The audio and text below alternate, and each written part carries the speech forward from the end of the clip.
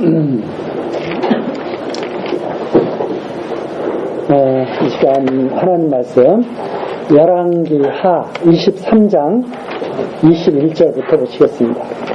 열왕기하 23장 21절입니다.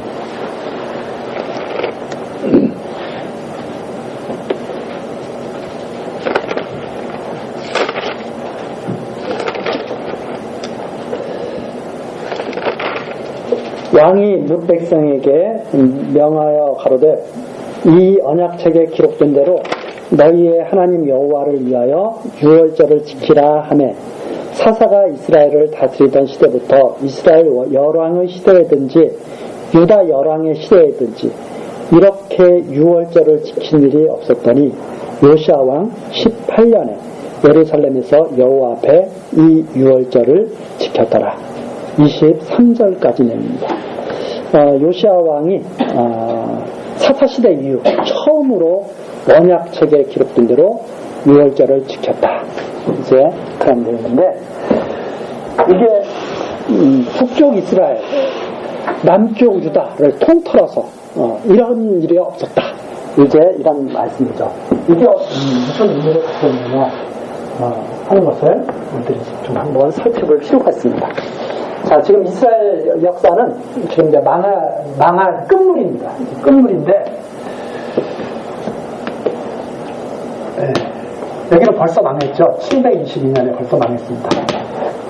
이제 지금 이제 요시야는 요시야 왕 때인데, 이제 망해갈 무렵이죠. 요시야 다음에 여호아스, 여호야김, 그 다음에 여호야김. 너무 좀 다시 이쪽에 들어가자.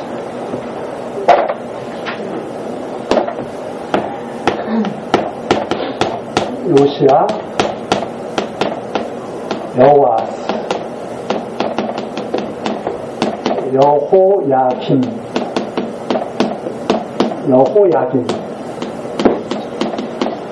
시드기야.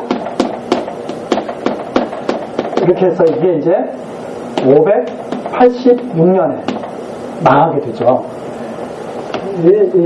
동시대입니다. 이게 아들이고 손자도 그리고 이제 아들이죠.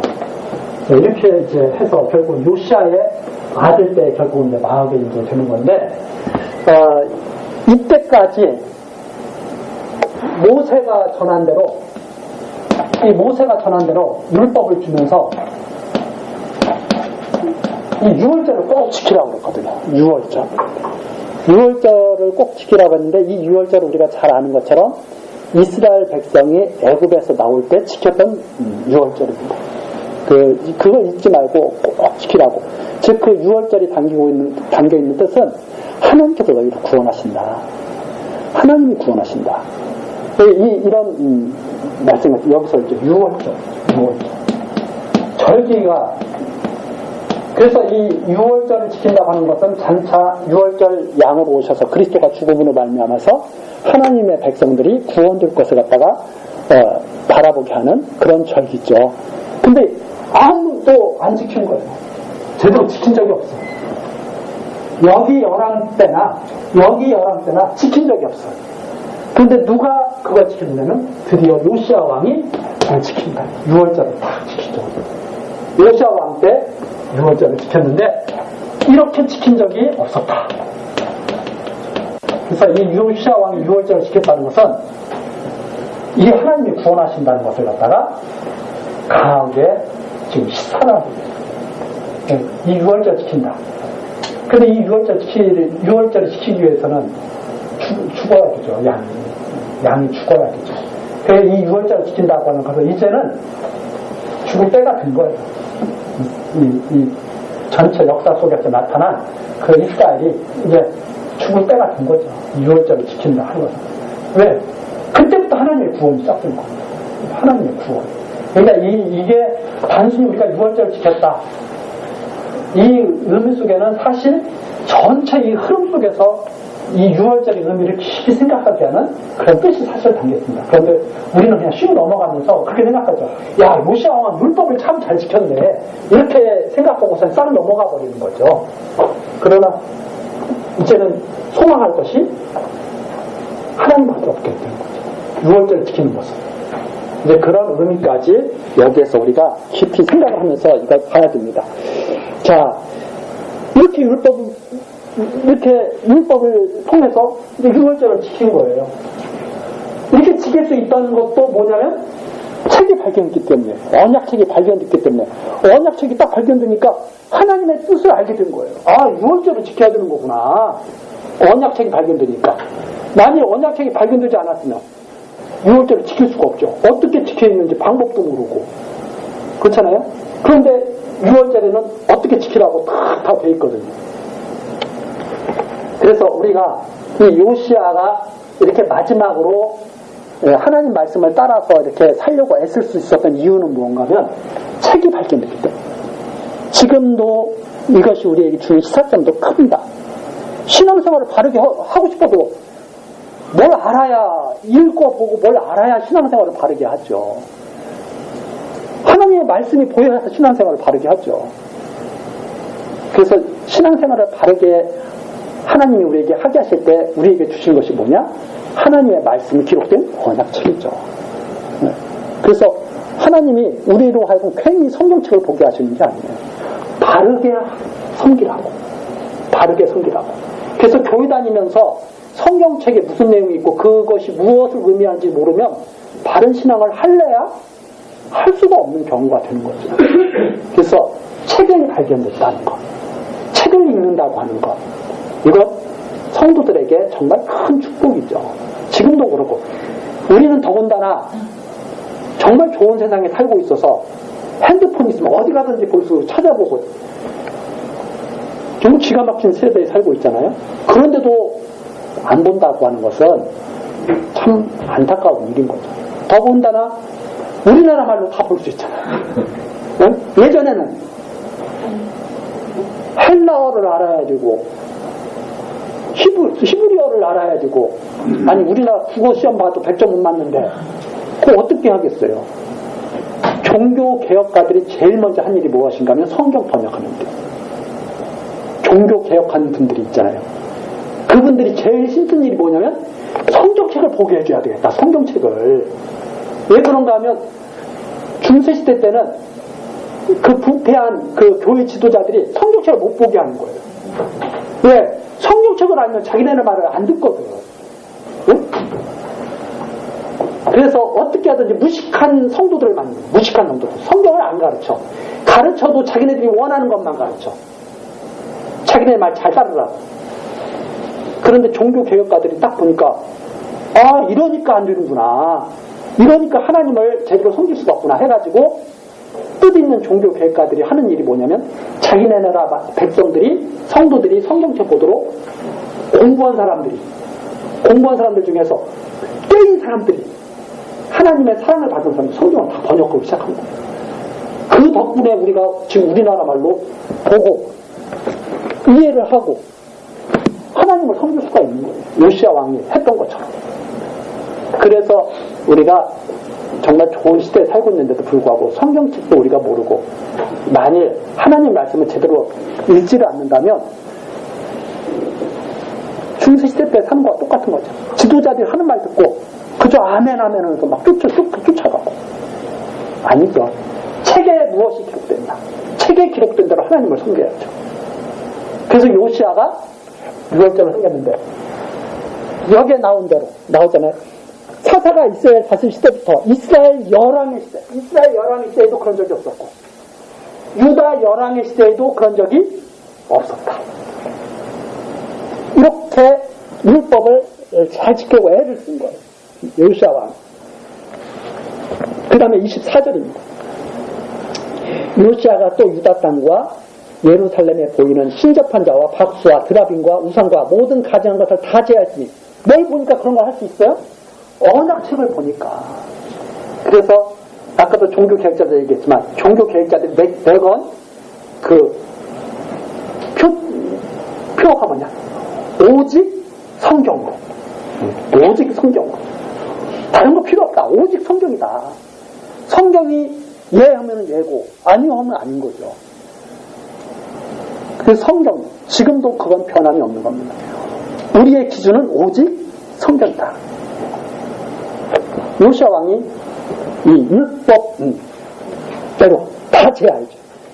그래서 이는 제사장 힐기야가 여호와의 전에서 발견한 책에 기록된 율법 말씀을 이루려 합니다. 그 율법을, 이 율법 말씀을 어떻게든지 이루려고 여기에 그렇게 되어 있잖아요. 잘 지키면 복이고 못 지키면 저주다. 요시야가 이 말씀대로 어떻게든지 한번 해보려고, 지키려고. 그래서 나라를 어떻게 하려고 한 거예요? 나라를 끝까지 좀 지켜보려고. 정말 훌륭한 왕이죠. 얼마나 나라를 사랑했으면 그걸 끝까지 한번 해보려고 그렇게 했다 이 말입니다.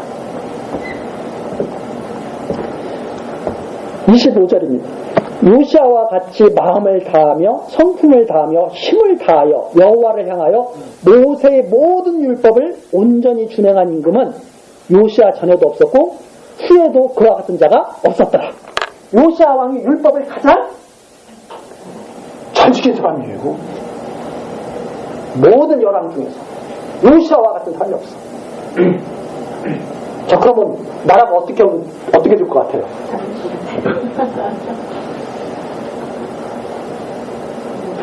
왜 망해? 왜 망하느냐? 근데 망해. 망하는 것은 이렇게 복과 저주가 있잖아요. 뭘 받았다는 거예요? 저주 받았다는 거예요. 율법 안에서. 요시야 왕처럼 그렇게 잘 지켰는데도. 자, 그런 뜻을 가지고 우리가 계속 봐야 됩니다. 요시야와 같이 마음을 다하며 성품을 다하며 힘을 다하여 여호와를 향하여 모세의 모든 율법을 온전히 준행한 임금은 요시야 전에도 없었고 후에도 그와 같은 자가 없었더라. 그런데 요시야에게 이미 여선지자 훌다가 예언한 내용이 있습니다. 뭐라고 예언했다고요? 먼저 번에 훌다가 예언했죠. 22장 16절 22장 16절 여호와의 말씀이 내가 이곳과 그 거민에게 재앙을 내리되 유다 왕의 읽은 책의 모든 말대로 한다고 그랬어요? 안 한다고 그랬어요? 네, 한다고.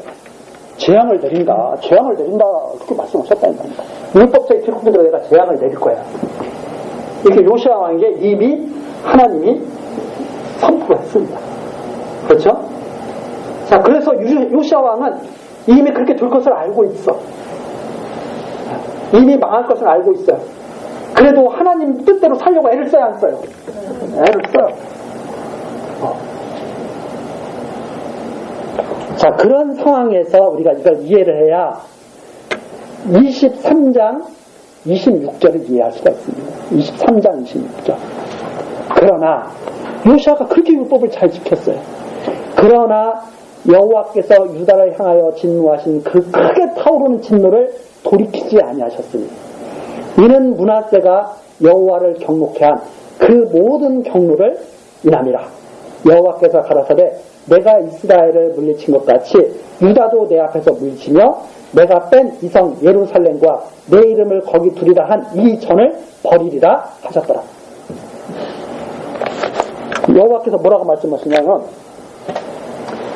너 그렇게 너 전무후무하게 유월절도 지키고 너가 모든 마음을 다해서 율법을 그렇게 지키려고 했지만 나는 그것을 갖다가 받아들일 수가 없어. 여호와께서 그렇게 말씀하시죠. 내가 너한테 말하지 않았느냐? 끝낸다고. 내가 받아들일 수 없어. 그러면서 내 이름을 둔 이 성전까지 내가 솔로몬 성전이죠. 내가 내 이름을 두기로 하고 펴는 이 성전을 내가 완전히 허물어버린다. 유다를 버리는 증거가 뭐냐면 성전을 완전히 허물어버린다. 완전히 끝내. 완전히 다 허물어버린다. 내가 버리겠다. 이렇게 말씀하셨죠. 그런데 그게 뭐냐면 므낫세 므낫세가 여호와를 경노한 그 경노 때문에 그래.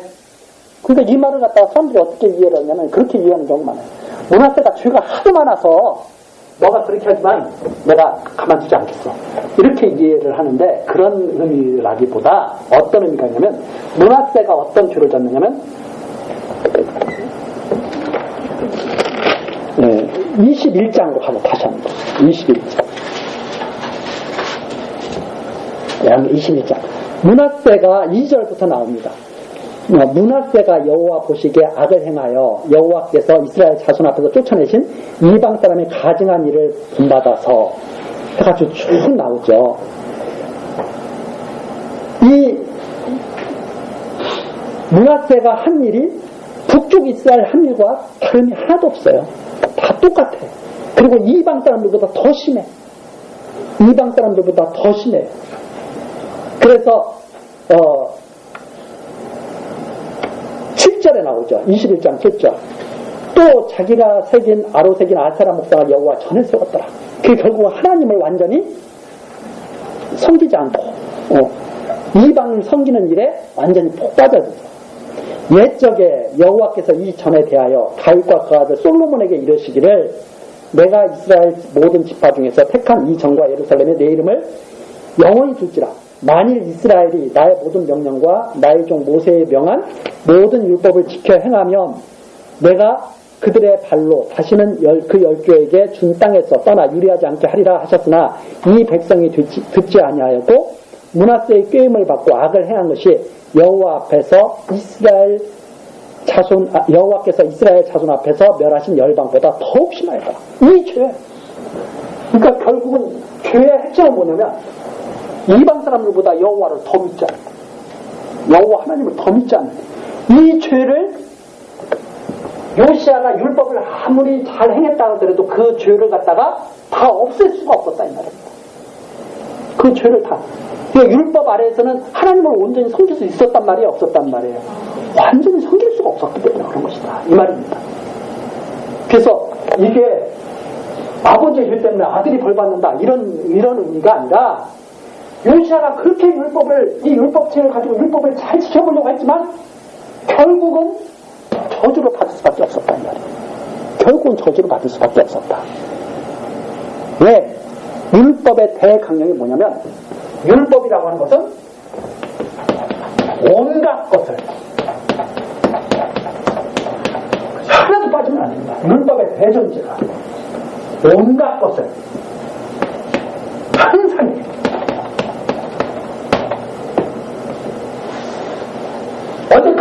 어제까지는 잘 엉망으로 살았어. 오늘 잘 지키자고 해서 율법 잘 지키는 게 아니에요. 율법이라고 하는 것은 온갖 것 항상 한 올이라도 빠지면 이렇게 율법이 무서운다. 왜 이 율법을 지켜야 했느냐? 왜 이 율법을 지켜야 했느냐? 구원이 사람에게서 나는 것이 아니라 하나님께 난다는 것을 알게 하시고 그 하나님을 잊지 말라고 주신 것이 율법이다 이 말이에요. 유월절을 통해서 이끌어내신 하나님을 잊지 말라고. 이 율법의 핵심적인 그런 의미가 거기에 담겨있어요. 그래서 요시아가 마지막으로 유월절 지키면서 뭘 바란 거예요? 결국 하나님을 증거한 거예요. 이제 하나님께 소망을 둘 수밖에 없어요. 하나님께 소망을. 그래서 택한 백성들, 성도들은 하나님께 소망을 두고 살아가는 사람들이다. 이 오전에 교회학교 때 제가 그 말씀을 전했잖아요. 부자 청년이 왔을 때. 무엇을 행해야, 제가 무슨 선한 일을 행해야 영생을 얻을 수 있겠습니까? 예수님께서 모세 율법 잘 지키고 하나님을 사랑하고 이웃을 사랑해야 돼. 그러니까 제가 정말 그렇게 했는데요. 예수님께서 너가 온전히 하려면 너가 정말 그렇게 이웃을 사랑했어? 온전히 하려면 너 있는 거 다 팔아서 줘. 부자 청년한테. 정말 부자 청년이 돈이 많아가지고 그걸 못하세요. 아니, 내가 조금 말을, 내가 100억이 있어. 아, 내 노후자금으로 10억을 내밀었고 90억은 내가 다른 사람한테 주겠다. 훌륭하죠? 근데 예수님이 아니야. 주려면 다 줘야지. 왜 남겨? 니꺼 왜 남겨? 다 줘. 그걸로 다 주는 게 끝나는 게 아니야. 그 다음에는 나를 따라야 돼. 그러면 이웃사람과 하나님 사람을 완전히 이루는 거야. 네 능력으로 한번 할 수 있으면 해봐. 사람의 능력으로 그렇게 할 수 있으면 한번 해보라. 그러면 온전히 너 그러면 영생 얻을 수 있다고 인정을 주게. 부자청년이 따라야 안 따라요? 못 따라. 자기 재산도 나눠줄 수 없을 뿐더러 예수님을 쫓을 수도 없어. 그래서 떠나가. 예수님이 딱 하시는 말씀이 무슨 말씀을 하셔요? 낙타가 바늘귀로 들어가는 것이 더 쉬운 거야. 저 부자가 영생을 얻는 것보다, 천국 백성 되는 것보다. 제자들이 그 말 듣고 머리가 띵. 제자들이 그러면 누가 천국 가요? 누가 구원받아요? 그럴 사람이 어디 있어요? 사람은 그래서 못하는 거야. 하나님이 하시는 거야. 이렇게 해서 천국에 대해서 알려주면. 근데 그걸 듣고도 그게 무슨 말인지를 몰라, 사람들이. 네? 그게 무슨 말인지를 모르고 자꾸 부자 청년보다 더 좋은 믿음을 가지려고 그래. 그 부자 청년도 못 쫓아가면서. 그렇게 구원받는 게 아니에요. 하나님이 구원하세요. 온갖 것을 한산해야 돼. 행위로는 구원받을 사람 있어요, 없어요? 그래서 없다는 거예요. 그럼 뭘로 받아요? 은혜로 받는 것이다. 그 은혜로 받는다는 것을 알기 위해서 그 부자 청년 뒤에 바로 포도원 비유가 나옵니다. 아침에 일꾼이 왔는데 한 데나리여주고 또 점심때 나가서 일꾼 데리고 와서 또 한 데나리여주고 일 끝날 무렵에 데리고 가서 한 데나리오 준다고 해서 데리고 가가지고 일하려고 그러니까 그만한 다음에 끝날 또 데나리오를 주니까 앞에 있는 사람들이 더 받겠구나 그러다가 야단 맞았다. 그 내용 아니에요? 누구 마음대로 하신다는 거예요? 주인 마음대로. 하나님 마음대로 주시는 거예요. 그 하나님을 믿고 살아가는 것이 성도다. 그 하나님 믿고. 그 하나님을 믿는 사람들이 생활도 가장 고상하다. 왜? 요시아처럼 사니까. 요시아처럼 사니까. 어떻게든지 선한 일을 이뤄보려고 애를 쓰니까. 이 세상 살면서. 누구를 믿고? 하나님을 믿고. 그래서 그런 신앙을 가진 사람들은 우리 오전 시간에 풀무불에 들어간다고 해서 버려야 안 버려요? 신앙을. 안 버려요. 풀무불에서 살아나도 하나님 믿고 죽어도 하나님 믿는 사람들. 변함이 없는 사람들이야. 얼마나 고상합니까? 그래서 그런 사람들이 고상하다는 거죠. 고상한 삶을 산다는 거예요. 이 기독교 윤리가 그래서 세상 윤리와는 차원을 달리합니다. 세상은 그러잖아요. 서로 주고받는 것이 있어야 좋은 거죠. 세상은. 세상은 그러잖아요. 부모 자식 간에도 주고받아야 좋아해. 고상한 하나님의 사람들은 줘도 고상하고 받아도 고상하고 그런 거에 좌지우지 되지 않고 하나님을 믿는 거에 모든 삶을 걸 수 있는 사람들입니다. 그래서 그런 사람들은 어떻게 해볼 수가 없어.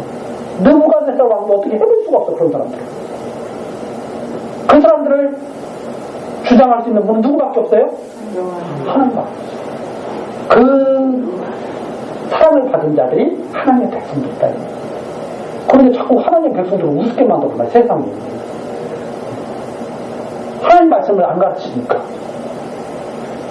그런 걸 아는 사람들은 얼마나 당당하겠어요.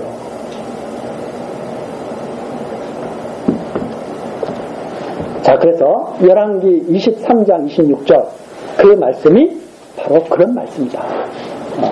요시아 왕과 므낫세 왕을 비교해서 너 아버지 죄가 커서 내가 너 용서 안 해줄 거야 이 뜻이 아니라 요시아가 그렇게 했었지만 율법 아래에서는 벗어날 수가 없었다. 벗어날 수가 없었다. 그런 의미로 우리가 이해를 한다면 이게 무슨 말인지를 알 수가 있죠. 자, 그리고서 이제 28절. 그래서 이 요시아의 가장 이 중요한 핵심은 뭐냐면 우상 숭배하는 거 다 때려치고 하나님의 구원을 믿으면서 유월절을 지킨 거죠. 그쵸? 이게 핵심이에요. 요시아가 종교개혁한 핵심. 그래서 이 유월절을 지켰다고 하는 거, 하나님의 구원을 간절히 바랐다고 하는 이런 뜻이 그게 담겨있다. 이렇게 우리가 정리를 하면서 28절입니다. 이제 다른 것은 다 이렇게 소소한 일들이죠. 요시아의 남은 사적과 모든 행한 일은 유다왕 역대지략에 기록되지 아니하였느냐. 요시아 당시에 애굽왕 바르누고가 아수르 왕을 치고자 하여 유브라데 하수로 올라가므로 요시아 왕이 나가서 방비하더니 애굽왕이 요시아를 무깃도에서 만나러 후에 죽인지라. 신복들이 그 시체를 병거에 싣고 무깃도에서 예루살렘에 돌아와서 그 묘실에 장사하니 국민이 요시아의 아들 여호아스를 데려다가 저에게 기름을 붓고 그 부친을 대신하여 왕을 삼았더라. 자, 요시아는 나라를 지키고 싶었지만 요시아의 뜻대로 되지 않았습니다. 요시아가 그 당시에는 정말 이제 국제 정세가 격변하는 시대였거든요. 그 당시에 아수르가 무너지고 이 아수르, 북쪽 이스라엘을 무너뜨렸던 이 아수르가 전면면면 무너져가고 새로운 강자로 떠오르는 제국이 바로 바벨론입니다. 여기 망어기하는 이 바벨론. 이 바벨론 느부갓네살. 이게 딱이죠. 다니엘이 여호야김 때 잡혀간 게 바벨론에 잡혀갔을 때 다니엘이 끌려갔다고 그래요. 이 다니엘이 끌려갔던 이 바벨론이 그때 막 부상하고 있는 거예요. 근데 아수르는 어떻게 하든지 자기를 지키고 싶은 거예요. 이게 세계, 권력자들이죠. 그래서 아수르가 지키려고 그러고, 바벨론이 이제 새로운 강자로 떠오르는데, 거기에 참여하는 게 애굽이에요. 애굽이 자기도 어떻게 자기 자리를 확보하기 위해서 이제 다 거기에 끼어드는 거죠. 근데 요시아는 나라를 지켜야 돼. 이 속에서 이 나라를 지키기 위해서 무깃도에 딱 나가서 애국을 딱 맡게 되죠. 그런데 안타깝게도 하나님이 훌다에게 그렇게 말, 여선자 훌다를 해서 그렇게 말씀하셨잖아요. 너 나라 망하는 꼴로 안 보게 해줄게. 빨리 와. 그런 의미거든요. 요시아가 오래 살면 이미 하나님의 때는 정해져 있어요. 이제 요시아 얼마 안 남았거든요. 이게 요시아가 죽고 급하게 이제 한 20-30년 뒤에 무너지거든요. 그리고 아들들이 다 지금 이제 망하기 시작하거든요. 하나님 요시아 무깃도에서 그만했어. 다 정해진 일인데 이제 너 그만 수고해도 돼. 이렇게 하시면서 요시아를 데리고 가시죠. 무깃도에서 그 전설하고.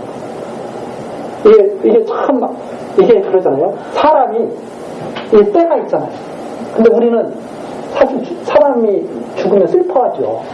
근데 어떤 면에서 보면, 하나님께서는 어떻게 보면 지키시는 거, 그런 결과도 돼요.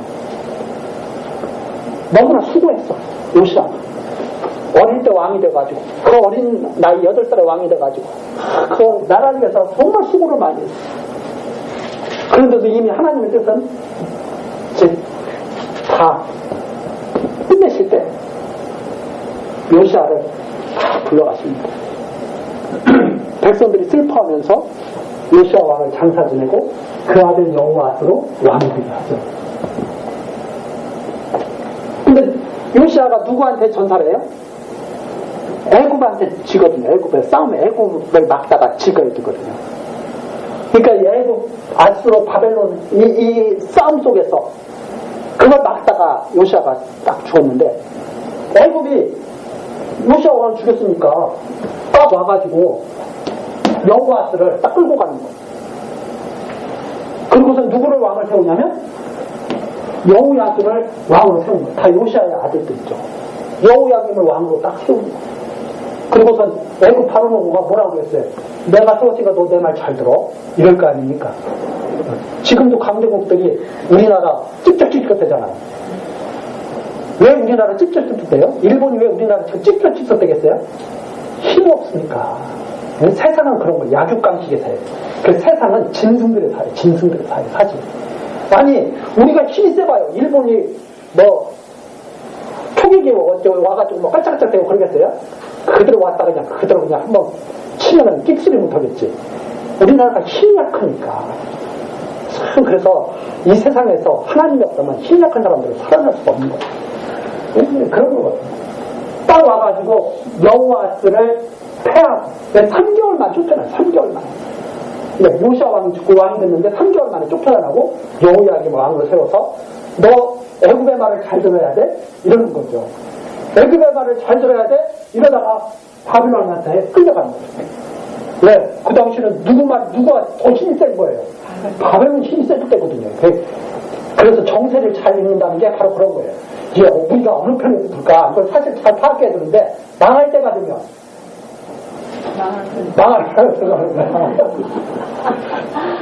사람의 마음대로 되는 게 아니에요. 망할 때가 되면 망할 편에 서게 돼. 그래서 바벨론하고 사실은 그때 정세를 제대로 읽으려면 어떻게 돼야 돼요? 바벨론 편에 붙어가지고 형님 나 좀 이래야 되는데 거꾸로 애굽을 붙어가지고 애굽한테 형님 그러다 어떡하지는 거예요. 망할 때가 되니까. 망할 때가 되니까. 이렇게 해서 망하는 게 아니라 망할 때가 되니까 그렇게 한다 이 말입니다. 망할 때가 되니까. 그래서 하나님이 흥하게 할 때는 흥할 일을 하게 하시는 거예요. 망할 자는 망할 일을 하게 하시는 거예요. 그럼 구원받을 자는 믿게 하시는 거예요. 구원받지 못할 자는 안 믿게 하시는 거예요. 그래서 하나님이 절대 주권, 통치. 이 하나님이 지금 다스리고 계신다 이 말입니다. 당신의 나라를 세우시고 있습니다. 자, 31절 그래서 나옵니다. 여호와스가 위에 나아갈 때 나이 23세라 예루살렘에서 석 달을 치리하니라. 그 모친의 이름은 하무달이라 림나 에레미야의 딸이라.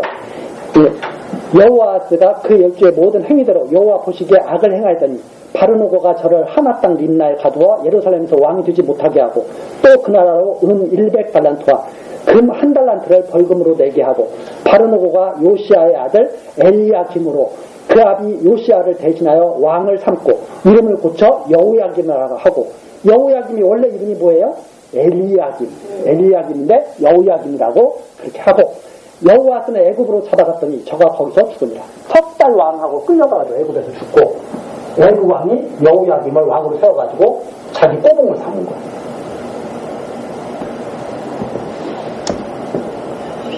자, 35절입니다.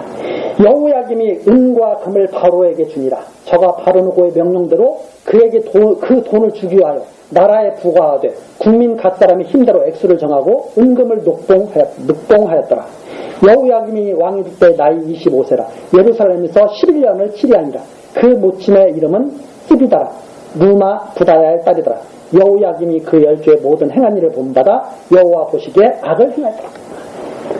여호야김이 이제 11년을 치리하면서 이제 요시아가 죽은 지 11년 동안 치리한 거예요. 11년 치리하면서 애굽에 붙어가지고 애굽에다가 조공을 바친 거예요. 국민들한테 뜯어가지고. 왜? 애굽이 세운 왕이니까.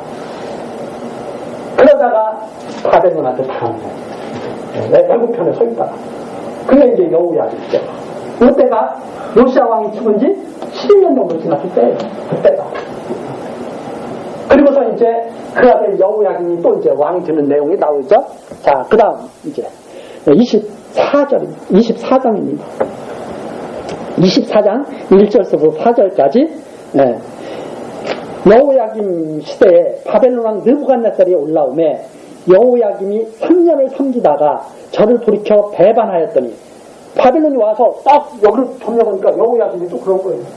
바벨론 왕한테 제가 잘하겠습니다 하고선 싹 다시 전해가지고 애국과 찾았으면 되는 거죠. 그러다가 이제 망하는 거죠. 그래서 바벨론한테 형님 하면서 살았으면 되는데 그게 안 되는 거죠. 그게.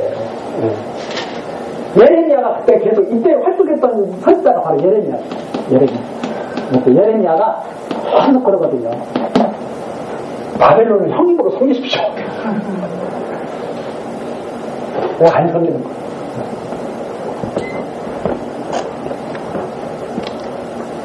자, 그런데 배반하였더니 2절입니다. 여호와께서 그종 선지자들로 하신 말씀과 같이 갈대아 부대와 아람의 부대와 모압의 부대와 암몬 자손의 부대를 여호야에게 보내어 유다를 쳐 멸하라 하시니 이 일이 유다에 임함은 중요한 사실입니다. 왜 이런 일이 유다에 지금 임하고 있느냐? 왜 이런 일들이 유다에 지금 계속 이렇게 임하고 있느냐? 여호야김 때 지금 바벨론에 이제 붙잡혀 가게 되는데 붙잡혀 가다가 죽어요. 여호야김은. 되는데 왜 이런 일이 이루어지느냐? 그 이유가 3절에 나와요. 곧 여호와의 명하신 바로 저희를 자기 앞에서 물리치고자 하심이니 이는 문화 때에 지은 모든 죄로 인함이며 또 저가 무죄한 자의 피를 흘려 그 피로 예루살렘에 가득하게 하였습니다. 여호와께서 사하시기를 즐겨하지 아니하십니다. 여호와께서 때가 된 거예요. 와, 끝낼 때가 됐어. 그래서 이런 일들이 다 일어나게 하신다. 유다가 망할 것 같아요? 안 망할 것 같아요? 망할 것 같아요? 없어요. 그래서 망해가는 거예요. 이게 율법을 받은 이스라엘의 역사. 율법 아래에서 살다. 율법 아래에서는 그래서 구원이 있을 수가 있어요? 없어요? 결국 구원이 없어요. 율법 아래에서는. 구원이 있는 것 같지만 없어. 결국은. 율법 아래에서. 이걸 사도 바울이 다 해석을 해준 게 갈라디아서에 로마서 갈라디아서 같은데 율법으로 구원받을 자가 아무도 없다. 율법으로는 뭐만 깨달아요? 죄만 깨달아. 죄만. 율법으로는 죄만 깨달아. 우리가 하나님 아니면 도대체 우리는 살아날 수 없는 존재구나. 이것만 깨닫는 거예요. 이건 그래서 아주 정확하게 그렇게 설명을 해주고 있는데도 자꾸 아니라고 한단 말이죠.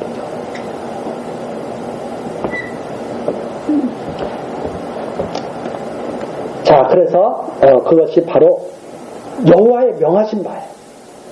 이제 끝낼 때가 됐어요. 그래서 사시기를 즐겨하시지 않기 때문에 이런 일이 임하는 것이다. 이렇게 24장에서 24장 1절부터 4절까지 지금 설명을 해주고 계시죠.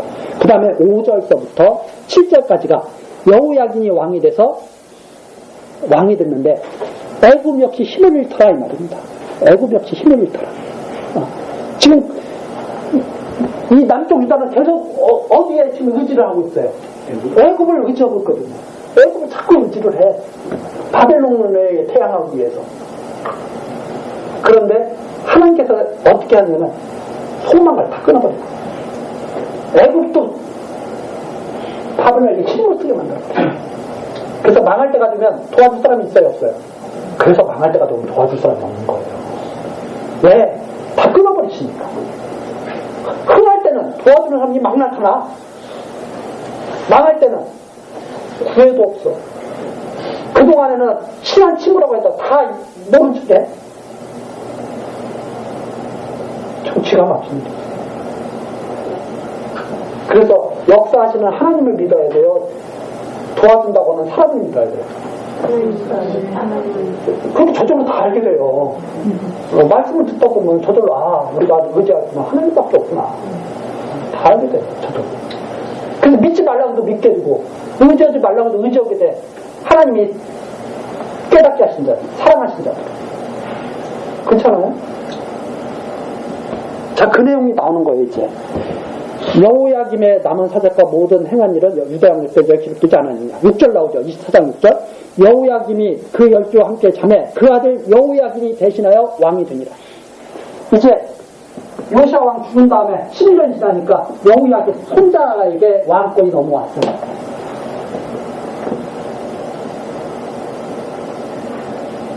이렇게 해서 계속 내려가면 얼마나 좋아요. 여호야김도 바벨론으로 잡혀갔어요. 애굽을 의지하다가 바벨론도 잡혀갔어요. 그리고서 다시 요시야의 아들 시드기야가 왕이 아들 때 보통 왕들이 물려주면서 야 네가 왕이 하면서 아들이 왕 되는 거 딱 보고 이렇게 해서 편안하게 지내는 거 아니에요? 아들 때 완전히 다 망해요. 손자 때 망하는 게 아니라 아들 때 망해버리는 거예요. 그러니까 요시야 왕이 참 하나님의 사랑을 그나마 받은 것이 얼마나 다행인 것을 알 수 있죠. 이 집안 망해가는 걸 눈을 보면서 피눈물을 흘린다고 생각해보세요. 얼마나 슬픈 일인가. 그래서 이제 나오는데 7절입니다. 애굽왕이 다시는 그 나라에서 나오지 못하였으니 이제 바벨론에게 꼼짝 못하는 때가 돼버린 거예요. 애굽도 바벨론에게 어떻게 해볼 수가 없어. 이는 바벨론 왕이 애굽 하세에서부터 유브라데 하수까지 애굽 왕에게 속한 땅을 다 취하였습니다. 완전히 바벨론이 애굽까지 다 장악해가지고 삑소리 못하게 만들어 놓고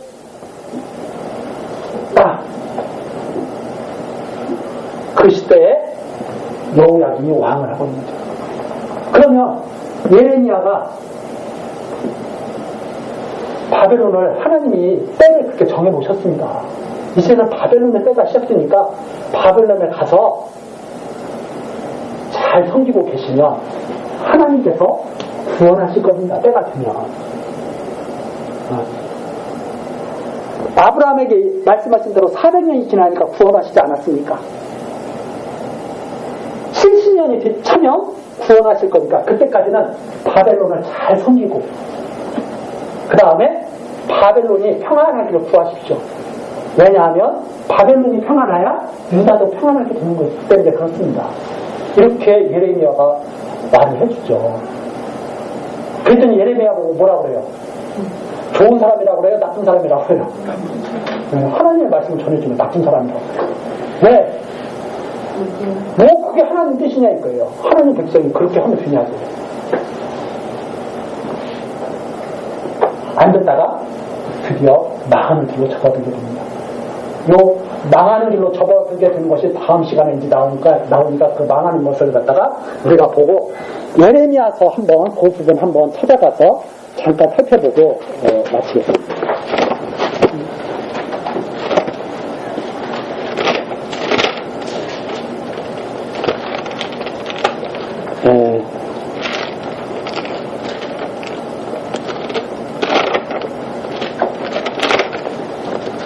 예레미야 29장